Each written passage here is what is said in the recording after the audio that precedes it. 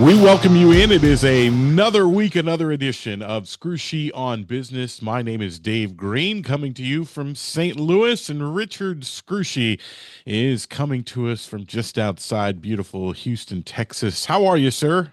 I'm doing great, really great. We got the weather changing now. We get, down here it's hot most of the time, but we've actually had some cool days. It's really been nice. How's it been up there in St. Louis? It's It probably has cold, it, huh? it has been freezing cold. We had a Saturday that was very interesting. I went to the Missouri Texas A&M football game, Oh yeah. and at kickoff, it was very comfortable. By halftime, it was so cold, and I don't know if it was just because I was a Mizzou fan getting my rear end kicked in, but it was, I swear, Richard, it dropped 15 or 20 degrees by halftime. Wow. I did see something on Facebook. You guys had like matching uniforms or something It, on. we did. What? It was one of my daughters is a senior at Mizzou, so her sorority had dad's weekend, and the senior dads were asked to dress in some special outfits, and why not go with a tiger leisure suit? There you go. Well, you guys look sharp. That's all I can say. You were ready for football. I tell you, it's a great time of the year, to be able to go watch the games. And I try to go watch as many as I can when I can, but it's kind of hard. But of course, we do enjoy this change of season. The fall is always a beautiful time.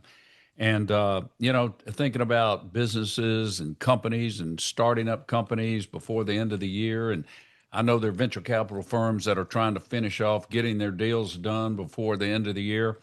People, you got tax issues, a lot of things that have to happen before, cramming it into this year so that you get the benefit of whatever the tax situation might be. Some people, are concerned about that because obviously our federal government does like to collect their They do. fair share of everything. So, but we've been talking lately about startups and about financing and venture capital and that and things have changed. Let me just give you it's kind of the landscape. You got a second for me to go through this for you? Please.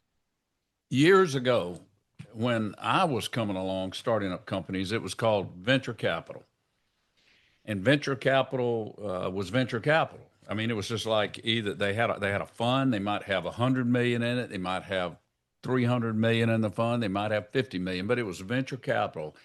And today things have changed. We have micro funds.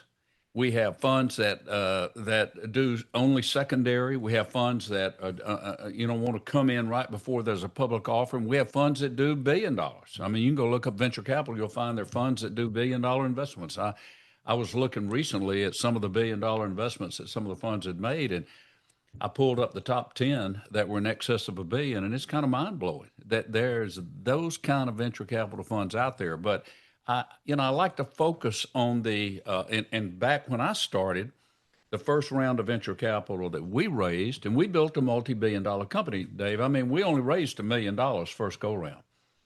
Now, on that $1 million investment, today you have a company that is doing literally, billions of dollars, and so I'm trying to get rid of this one. Okay. So doing billions of dollars, but it started out, with $1 million investment. Yeah. And then another round was like 5 or 6 million. And I think we did a third round was another 5 or 6 million.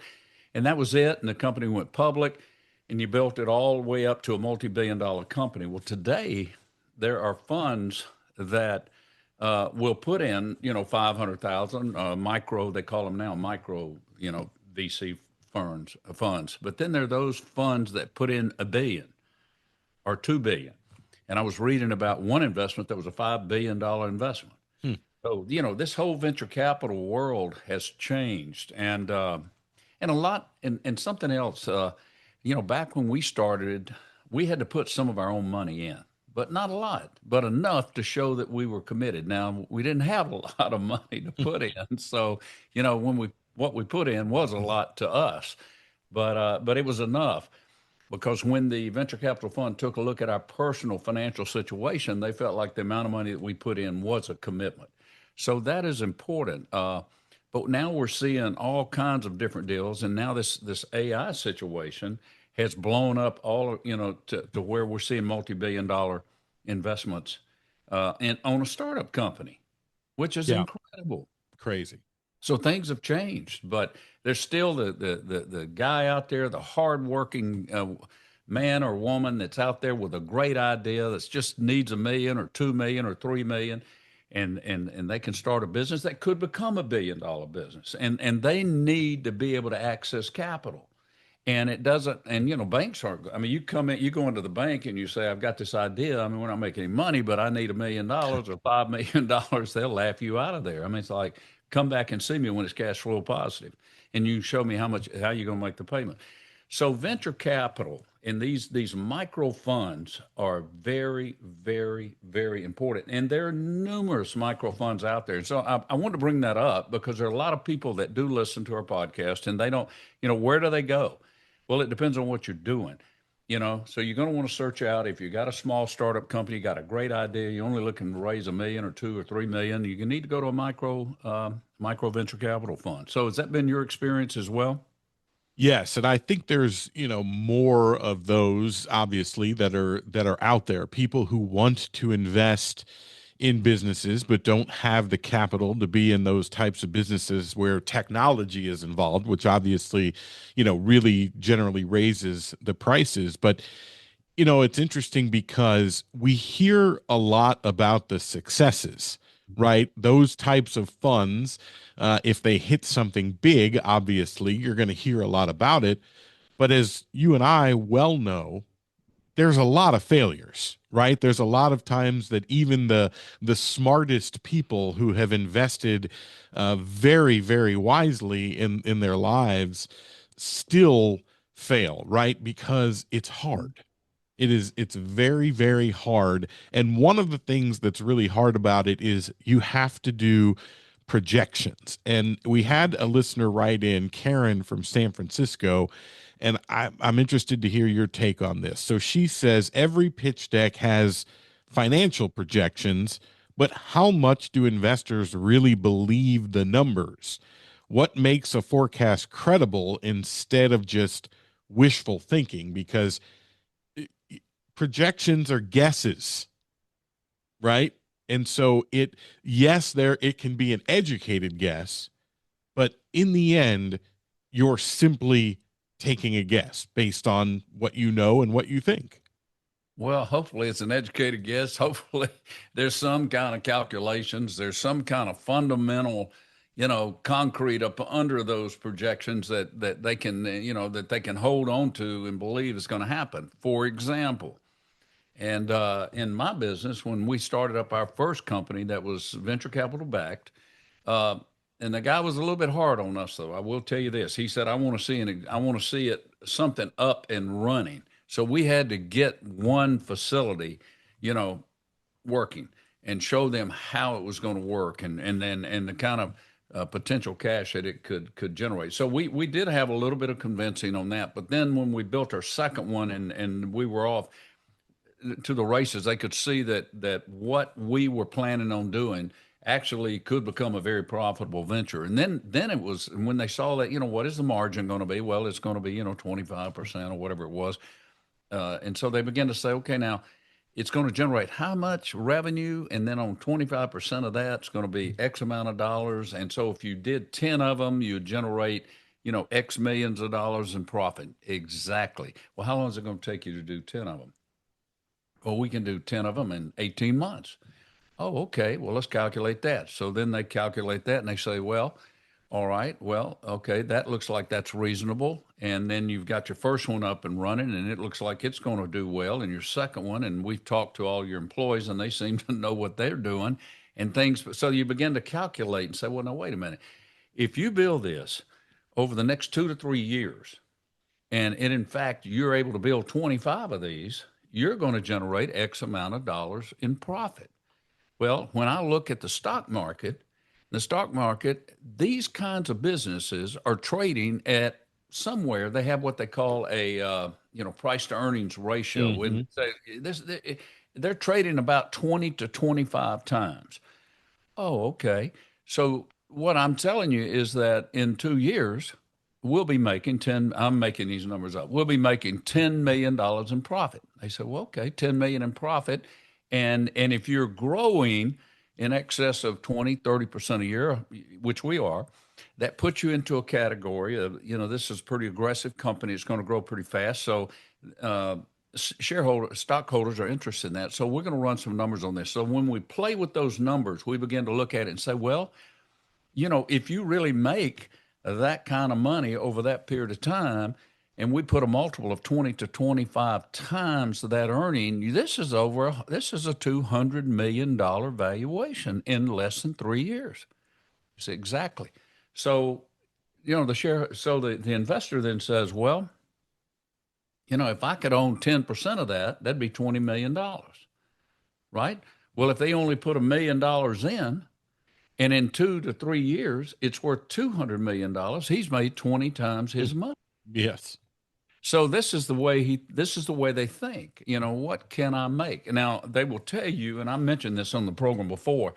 Early on, investors like to say, "I'd like to make 5 to 6 times my money in 5 to 6 years," and you'll hear that a lot. But the bottom line is, they really like to make 20 times their money. And I will tell you this: that the original guy that put the original money in venture capital into Health South, when I started that company, he made over 20 times his money.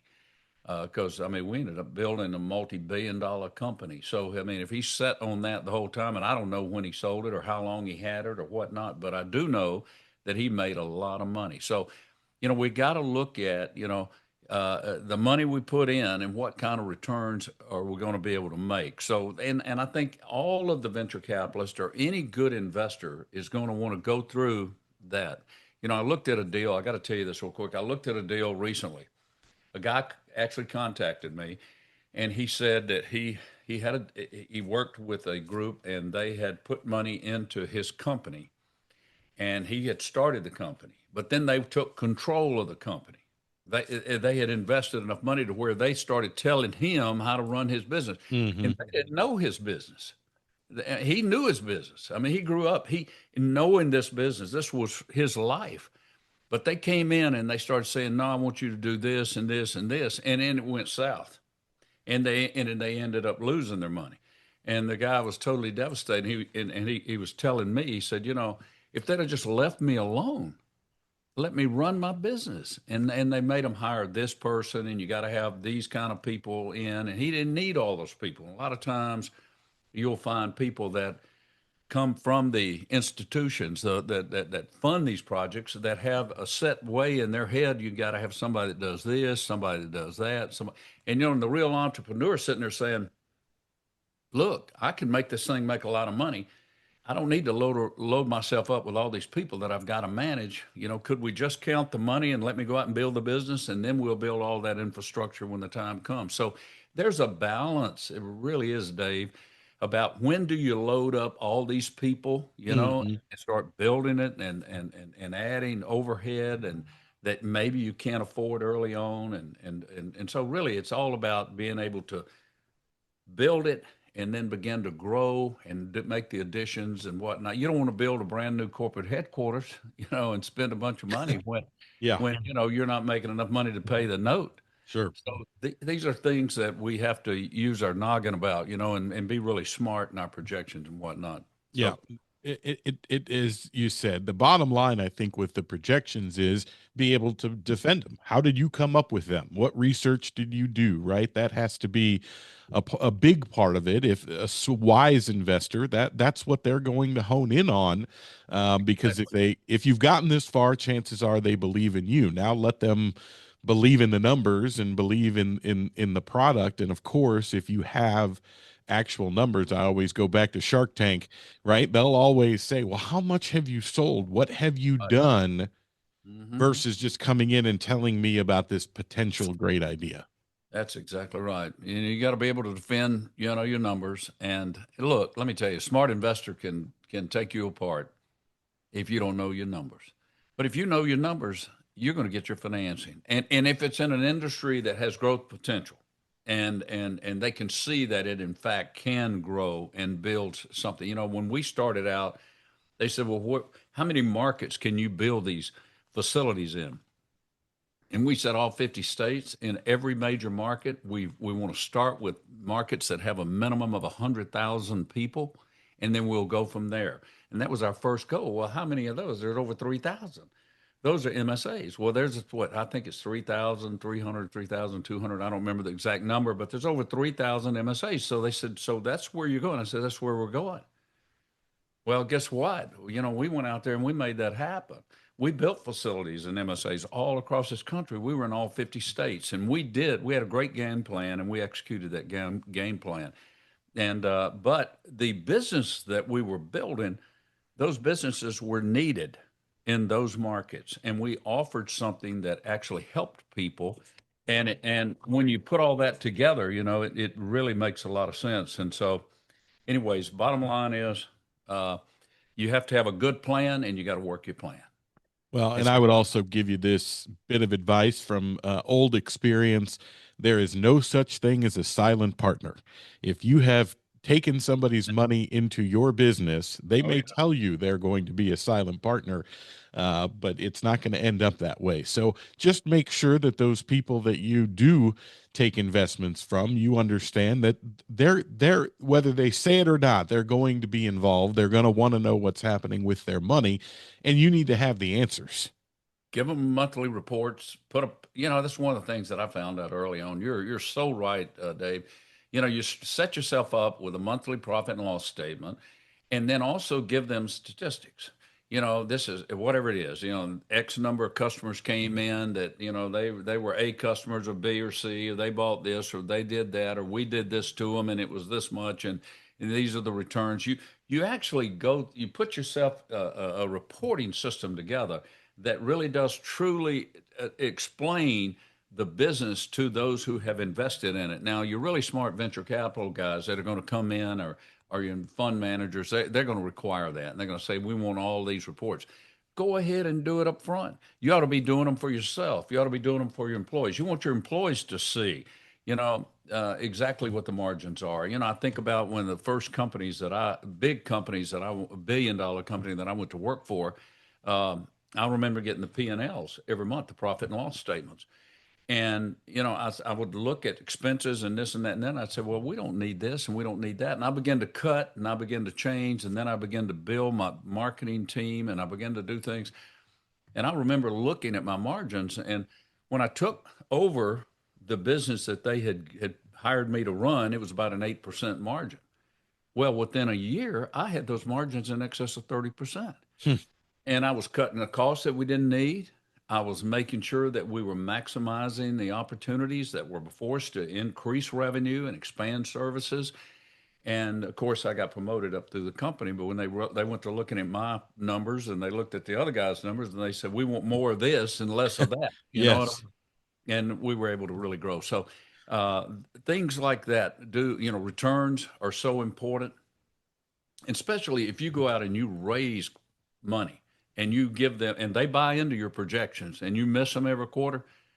I mean, that's tough. You can expect that they're not going to be happy because they project what those returns are going to be. So you're better off to beat them and every now and then, but certainly you don't want to miss them all the time. So you got to be pretty accurate. There's nothing wrong with being accurate in everything you do in business. Do the best you can to, if you put a budget together, hit that budget. I You mean, got that right. yeah. Make sure you can back it up. We thank Karen for her question. You can always write in info@scrushyonbusiness.com. Last week, we started telling you about Northwest Registered Agent. Look, when you want more, start your business with Northwest Registered Agent. Get access to thousands of free guides, tools, and legal forms to help you launch and to protect your business. And you can do it all in one place. So easy. Build your complete business identity with Northwest today. Northwest Registered Agent has been helping small business owners and entrepreneurs launch and grow businesses for nearly 30 years. In fact, they are the largest registered agent and LLC service in the US with over 1,500 corporate guides. These are real people who know your local laws and can help you in your business every step of the way. Build your business identity fast with Northwest Registered Agent. You're going to get access to thousands of free resources, extremely helpful. We're talking forms, step by step guides, and doing all of this without even creating an account. Northwest makes life easy for business owners. They don't just help you form the business, they give you the free tools you need after you form it, like operating agreements, meeting minutes, thousands of how to guides that explain the complicated ins and outs of running a business. With Northwest, privacy is automatic. They never sell your data, and all services are handled in house because privacy by default is their pledge to all of their customers. Do not wait. Protect your privacy, build your brand, and get your complete business identity in just 10 clicks and 10 minutes. That's it. Visit www.northwestregisteredagent.com/scrushy free and start building something amazing. Get more with Northwest Registered Agent at northwestregisteredagent.com/scrushy free. One more time, northwestregisteredagent.com/scrushy free. Jim from Baltimore asked a question that we've answered before in pieces, but he Mhm. says when an investor is evaluating a business, what are the top three things they care about most, and what are the biggest red flags that make them walk away? And I think that's, maybe the part we start with, the red flags that just make an investor go immediately, no, thank you. Well, not every industry is a great industry to invest in. So first thing you want to look at is, what is the opportunity of this in terms of building this business, and what are the margins? What are the real margins in this business? Some businesses the margins are just low, and investors are not interested in that. So, and then when you start looking at the management team and you listen to the guy that's at the top and he lays out his plan, is it believable? Is he believable? What is his background? Has he ever done anything like this before? What makes you want to believe that he can, in fact, even make those things happen that he's claimed? First of all, can he put together projections that make sense? And then back those up with real costs. So when you take a look at everything, does it add up and does it work? I mean, and then as you look at the industry, whatever that industry is it really a big industry? I don't think that I would have any interest in trying to invest venture capital, if I'm running a venture capital fund that does deals, a million or two or five or $10 million investments in a company that was going to be limited to a small geographic area, and they're only going to be able to build this business in this area because there's something unique about this area. Well, how big can it be? I like the concept of being able to build something that you could build all across the country. That you could go just about anywhere, and people would want it or would use it or would need it or that kind of thing. And because to me, that's how we really drive you know multi-billion-dollar businesses and grow them. And I've been involved in several multi-billion-dollar businesses, not only from a CEO standpoint or a chairman of the board or an investor, but or sitting on the board. I've sat on the board of other companies that were billion-dollar companies, and it's exciting. And you can see how they can just layer on and grow now, and they can add new products and new divisions and different things that will again grow that revenue and grow that company. But yeah, I mean, you need to be able to back up your numbers. They need to make sense. You got to stand behind your projections. And when the investor takes a look at that, and when he asks the questions, you need to be able to answer them. There's nothing worse than an investor coming in and starting just going through your numbers, and well, you don't know this and you don't know that, and you can't do. Well, you're probably not going to get funded. I mean, you got to be on your toes. You got to know your stuff, and you got to surround yourself with people that can help you achieve whatever those projections are. So when they interview the people around you, they need to be impressed and say, well, she's good and he's good, and I believe you can execute this plan. Does that make sense? Yeah, no, it does to me. And Bob from Charlotte wrote in and sort of asked the other side of that is saying, you said before investors don't just invest in the idea, they invest in the people, as you just talked about. It's Yeah. not even just you at the front of it. It's your team that is part of it. And so Bob's question was, what qualities in a founder make you feel confident putting your money behind them? That's a good question. What are you really looking for in a founder? You know, sometimes, and I've seen this in the past, uh, so-so business ideas, meaning they're not that great, and even not even great businesses, but fantastic leadership, and they put money in it. Even if it was a Me Too business, somebody else was already doing it, but a guy comes along and he's really sharp, or a lady comes along really sharp. I've seen investors put money behind people just because they were good people, even though they didn't think their idea was that great. Yeah. Okay. But yeah, you look for people that can answer the questions, who have some experience to back up what they're saying. They understand the business. You try to find when I looked at investing in other companies back in the day, and I invested in a lot of them, I try to find something wrong with it. And of course, they hate you when you start doing that. You say, "Well, what about this? Well, what about that? Well, how are you going to be able to do this? Do you even have the people? Do you have the staff? Do you understand? But what about reimbursement? But what about pricing? But what about this? What about that? What is your margin going to be? What is it going to cost you? What's your return going to be on every single investment that you make to make this thing happen?" And as you begin to rip them apart and tear them apart, and if they can withstand that, and they can give you answers that make sense, and that you can say, well, I agree. I think you're right.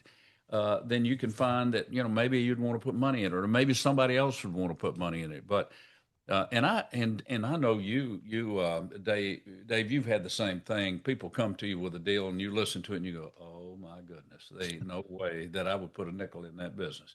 Number one, I wouldn't support that person because I asked them a few questions and they couldn't answer them.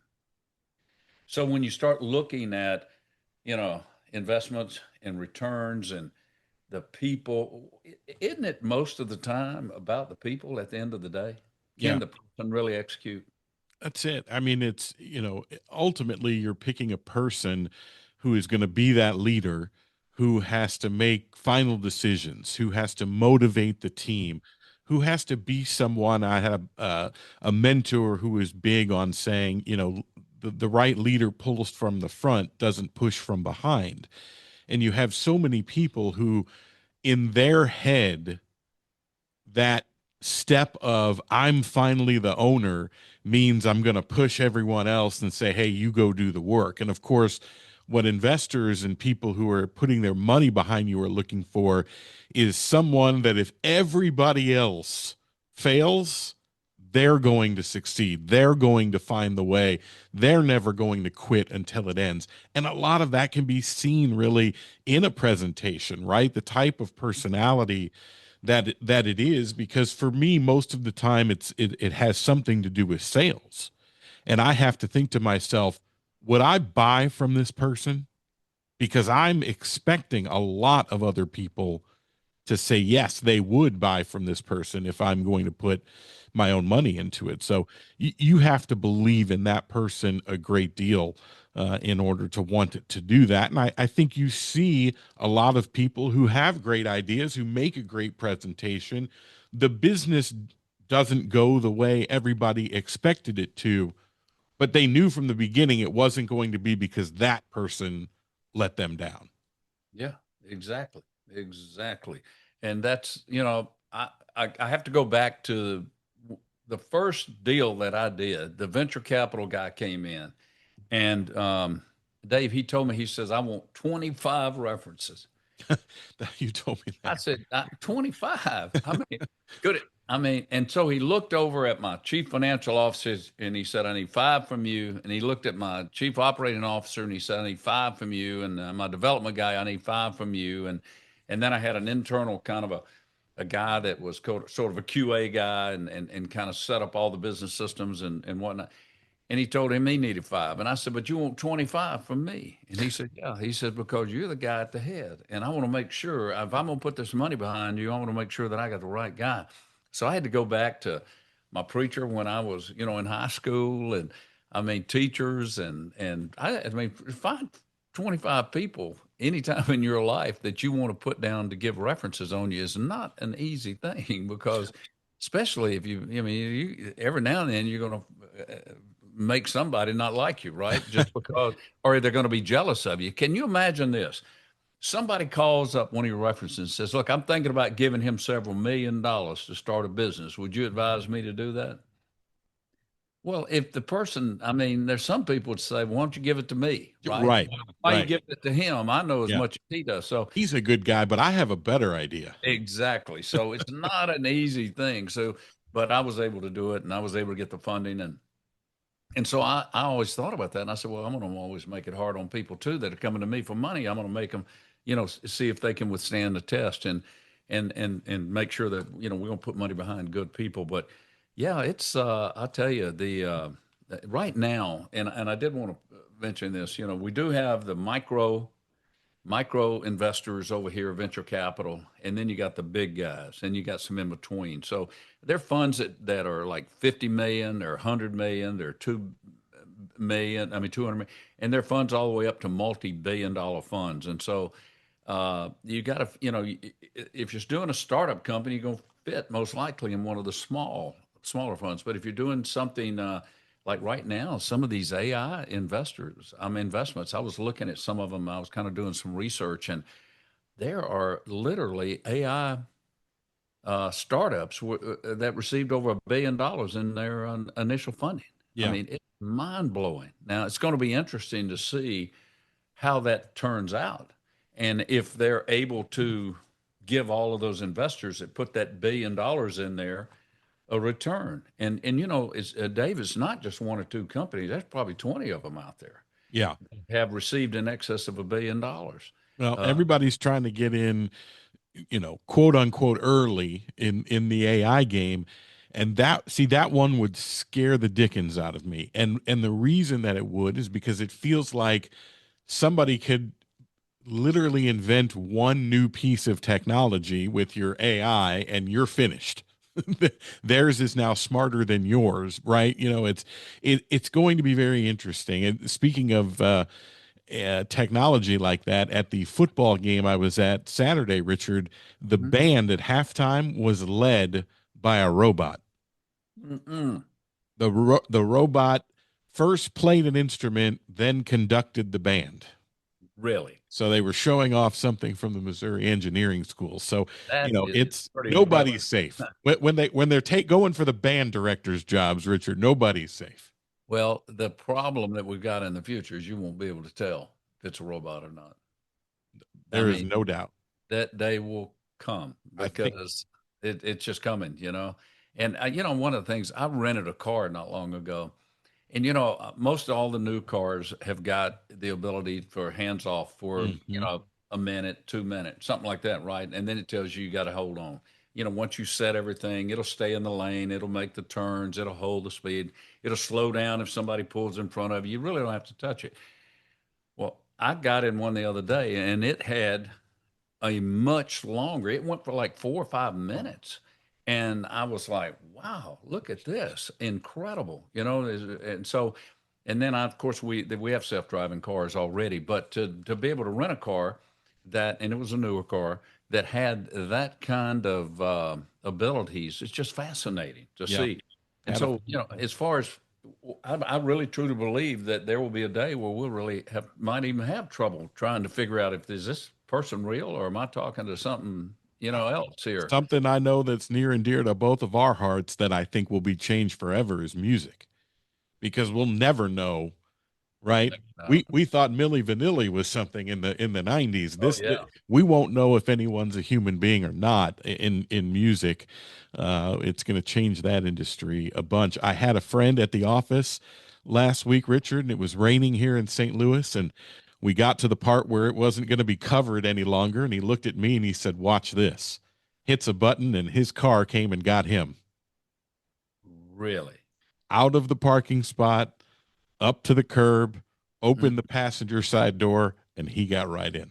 What was the brand on that? Was that That was a Tesla. it was a Tesla? I knew that they could do that. I just had not seen that. And It's but pretty remarkable.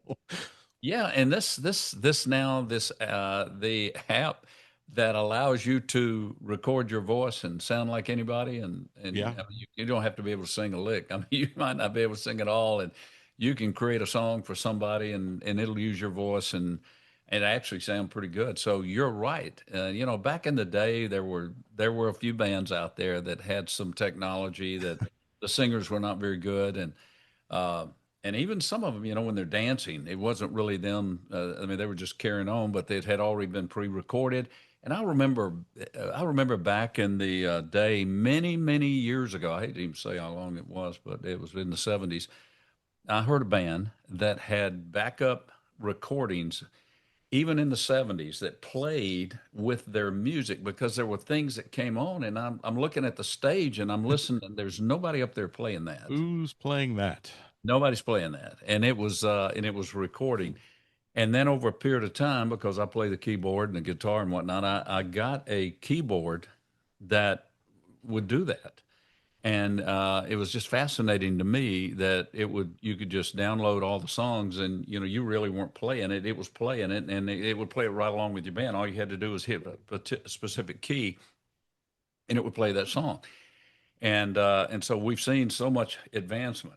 But in the business world right now, at the end of the day, you still got to make a profit, and you got to have a return on that investment. And so when we start analyzing, we put money into this, and right now some of the crazy, I mean, some of this stuff is crazy valuations, the belief, but those things that go up like that, they can come down very quick. I Yes. think that's what you were saying a while ago. I mean, you may wake up one day and find that all of these different companies are just tumbling down because of something that changed. New technology, a better way to do it. We've invested all this money in building some kind of platform that is outdated immediately, and there's billions of dollars been invested in it. But these kind of things can happen. But what will never change is that we are human, and we have to eat, and we have to go places, and we have to have electricity in our homes, and we have to buy furniture, and there are different things that we just have to have. And those things are just going to always be solid. We may make improvements on them, but those are things that I like to look at, that, as far as investments and returns, and we know it's going to be around, and we can understand that. And there's still people out there right now today raising money to do those kinds of things. And those things make sense. And not everybody is going to go out and build some AI company that's going to do something that will revolutionize, the human life. I mean, not Yes. everybody's going to do that. So there are a lot of things that are still being done that make a lot of sense for us to look at and invest in, and where there's opportunity. And I like the medical side of things. I really do, because I do see some really good improvements in healthcare and in treatments and in medicines and different things. So, and that's a field that I understand because I spent my life in it. So I think we're going to continue to see new drugs. We're going to see new treatment modalities. I love this whole side of the medical business, where we're seeing stem cell investments and exosomes and things like this. The wound care market is huge. Uh, New using the placenta, products to be able to treat things with, before they were using, you know, bovine and other type, pig skin and whatnot. But we're actually now are able to do things that are extremely innovative, that are great for healing, and patients are improving much better and literally living better lives because of the things that we're learning on the medical side. So I get pretty excited about the whole medical profession. Yeah. What else you got? This is a great question. I wanted to end on this one because this is a good one. Ted in Las Vegas. He says, Richard, when you've seen deals that have really taken off, what was the it factor? Was it timing, team, market, or just pure execution? And how can founders position themselves to have it? We talk about the it factor, but Oh, what wow. is it? Yeah. I think you covered it all right there. You got to have most of all of those things that you just called out. I mean, first of all, you got to have leadership. I don't care where you are or what you're doing. You got to have somebody that understands it, and somebody that can get people to follow. someone that truly can bring leadership into it, organizational skills to be able to take advantage of whatever it is you're doing. I mean, I've seen some really brilliant people in deals that I walked away from because they had zero organizational skills. And even though they had great ideas, but they needed somebody else to build the company and run it. I mean, you got to go back to McDonald's. Got to go back to the guy that saw that you can take that one McDonald's out in California, and then he built thousands of restaurants. I mean, he saw the opportunity and he executed it. So if you've got leadership and you got somebody that can see the opportunities, uh, it might not be the greatest idea, but if you got great leadership and you got people that know how to implement, know how to scale, and know how to build, you can take some mediocre ideas and turn them into some really very successful and profitable businesses. But I think the things that you mentioned, and go over that list one more time. Yeah, I was 'Cause- going to say, it's he asked timing, team, market, or just pure execution, and of course the answer is D, all all of above. the above. Yeah, all of the above. Yeah, you don't want to go out and try to build something at the wrong time where the market's just not going to buy it. I mean, and we do see that a lot, and venture capitalists see that a lot, and they turn a lot of deals down because they just are not going to work. They're behind. They should have done it 5 years ago, or the markets are not ready for it now for some reason. But skills to be able to implement, to be able to execute, to be able to hire a team around you that can help you build it, because you're not going to build a multi-billion-dollar company by yourself. I'm just telling you, you're going to have people around you that are talented and smart and are good and are going to help you and understand the vision and help you execute. But I can tell you that there'll never be a time, I believe, where we run out of ideas and we run out of opportunities. And there's money out there. Now it's kind of changed. It kind of died off a little bit. Venture capital kind of slowed down some. The whole COVID situation kind of slowed a lot of things down, but it's back. Money is available. If you've got a great idea and the returns are there, the chances of you getting money, if you have leadership ability and you can put the team around, chances are you'll probably be able to raise the money and build your company. Yeah, I mean, it's those aren't just things that you want to have. Those are all things that you, in a way, have to have. The right team, right? The right market that is needing what it is, that right timing. Luck comes into play, but I'm a big believer in you make your own luck, right? If you Oh, absolutely. if you're executing, as he said, just pure execution. If you're executing and you're doing what you're supposed to be doing, and a lot of things have a tendency to work themselves out, right? If you're putting in the work to get the job done. But if, as you said, if you're trying to do it yourself, or if you're trying to do it in a place where you chose that area because it's where you wanted it to operate as opposed to where it really needed it, right? All those things can play a big role in that, but truly it takes all of that.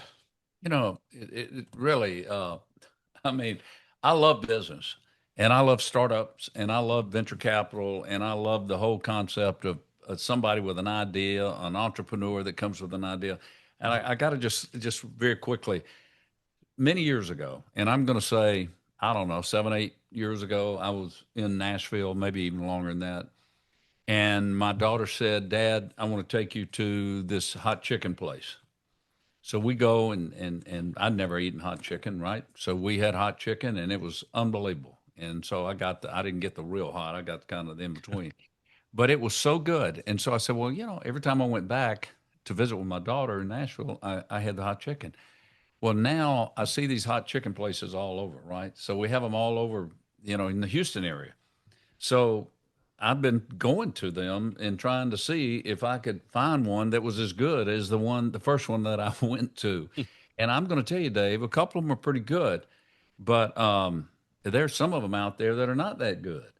And so as I'm looking at those, and I'm in those businesses, number one, I went to one, it wasn't that good, but the price was more than the one in Nashville. And I was thinking, I don't know who the entrepreneur is behind this, but I wish I could talk to him because I'm going to tell him that he's going to get his pants beat off of him if he doesn't change his pricing and he doesn't make better food. You see what I'm saying? So, I mean, we as consumers out here, we'll go in and we'll say, well, you know, it was all right, but I'm not going to go back there again. Well, I mean, I mean, you got look, if you don't have repeat business, you're not going to survive. You know, we're talking about high tech and great ideas and whatnot. Well, here we are, chicken, and there's nothing high tech about it. I mean, it's Just just, rolled in hot sauce. I mean, come on. Yeah. But we eat it and we like it, and it makes it for a good meal. So if you can get it right, you can sell a whole bunch of it. But you got to pay attention to getting it right, and that's the way it is in all businesses.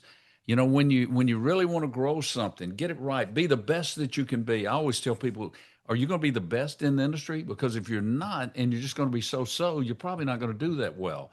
One of the things that we did early on, and that was building out our sports medicine network. We wanted to work with the best doctors in sports medicine. We wanted to have the best protocols, and so patients came in with whatever injury. We had the best treatment program in America for that injury, and we brought together teams of doctors and physical therapists and athletic trainers to design the process to treat that patient in the best way they could be treated, so that athletes would come to us from all over the world for us to treat. And we built a business based on being top notch, best quality, and whatnot. So when I see a chicken place that is not as good as the one 2 miles down the road, I'm thinking, who is the CEO? What is he thinking? He needs to go eat the chicken at the other place and come back and fix whatever's wrong with his. You see what I'm saying? Yes. And so, you can make your business as great as you want to make it, but you got to make it as great as you want to, as it can be, and you got to be focused on it, and you got to work at it, and you got to make sure that and pay attention and do all the right things to make it be competitive and be the best that it can be, and then try to hire the best people that will do the best job and get them trained and organized so that they will execute the plan that you have put together. It's all about doing those things if you want to be successful in the business world. Absolutely. And we thank everyone for their questions this week. You can always get your questions in on business in general or specific to your own business. Email info@scrushyonbusiness.com. You can check us out, of course, on social media. If you are watching us on YouTube, please like this video and subscribe to the page. Of course, tell your friends all about Scrushy on Business. We're talking business every week right here for you. Richard, I'll let you close us out. All right. Well, you guys have a blessed day. Thank you for watching our show. We really appreciate your viewing and your viewership.